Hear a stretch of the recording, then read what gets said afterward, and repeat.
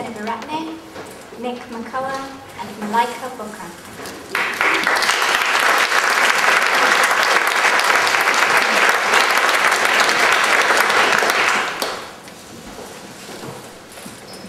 Seni Seneviratne's work explores the difficult territory of language and trauma.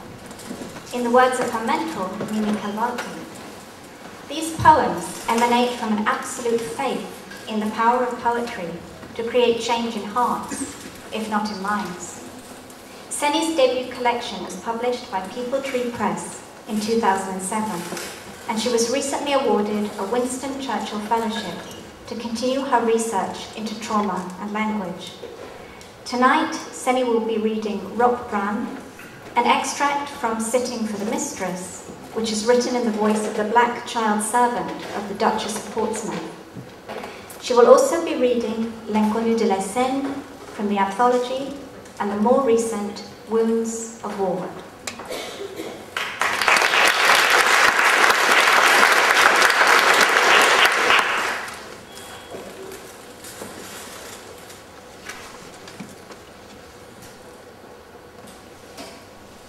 Rockbrun. On such an early morning in July, a woman would have walked the river path, past the silent frogs, still drowsy in the undergrowth, would have seen the village houses up ahead, clinging to the cliffs, then walked faster than the river's flow towards the smell of baking bread.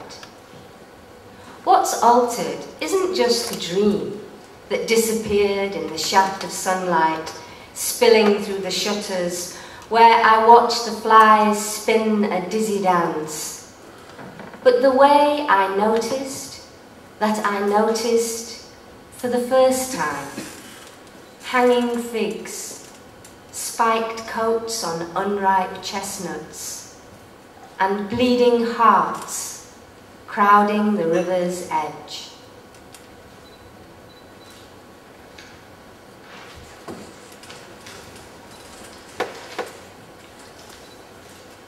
Sitting for the mistress. First sitting. Blackbird lives inside me. The mistress knows.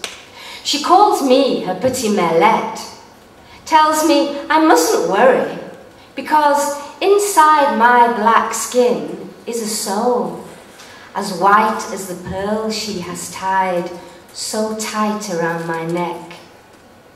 She says I was 3 when she washed the devil away, and if I do bad things, she'll have to clip my blackbird wings. The mistress says I must stand beside her while Monsieur Mignard makes us up with colours, that we will be a painting in a gilded frame, hanging in the halls of the Palace of White Hall. Her skin lead white against the lamp black of mine. My head begins to spin, and Monsieur shouts, "Tilt your chin up. Look at the mistress, not me."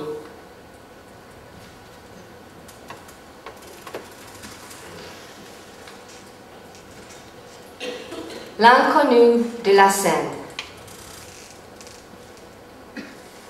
There was a swell on the surface of the Seine that day, making faces at me. So I blew kisses at an open mouth and whispered, "Drown me peaceful, drown me slow." I wanted the time, you see, to float undead through Paris. I could have choked on a glass of milk as a child and missed this opportunity. Don't call it suicide, as if it's a tragedy. This was the first time in my life I had been in control of anything. Imagine not dying, but dissolving, becoming a river. Was I afraid? Not of the fall.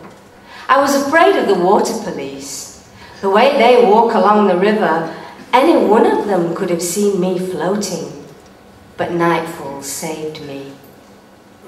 Before the river had me, I had one last look at the stars. Just look at you, I said, already dead and still shining.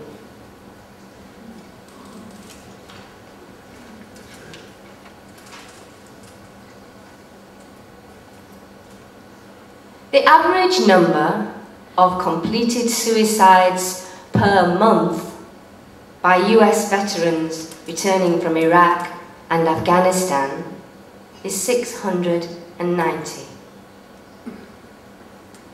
Wounds of war.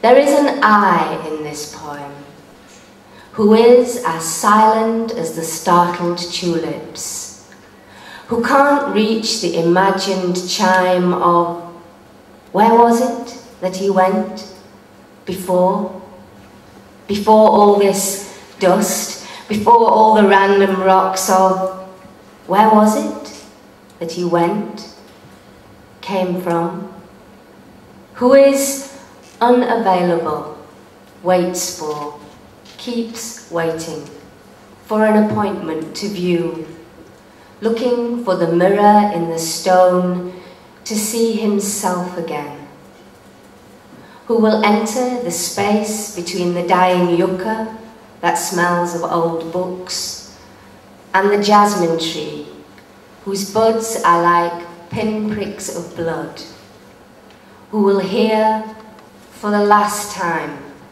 the sound of his own footsteps.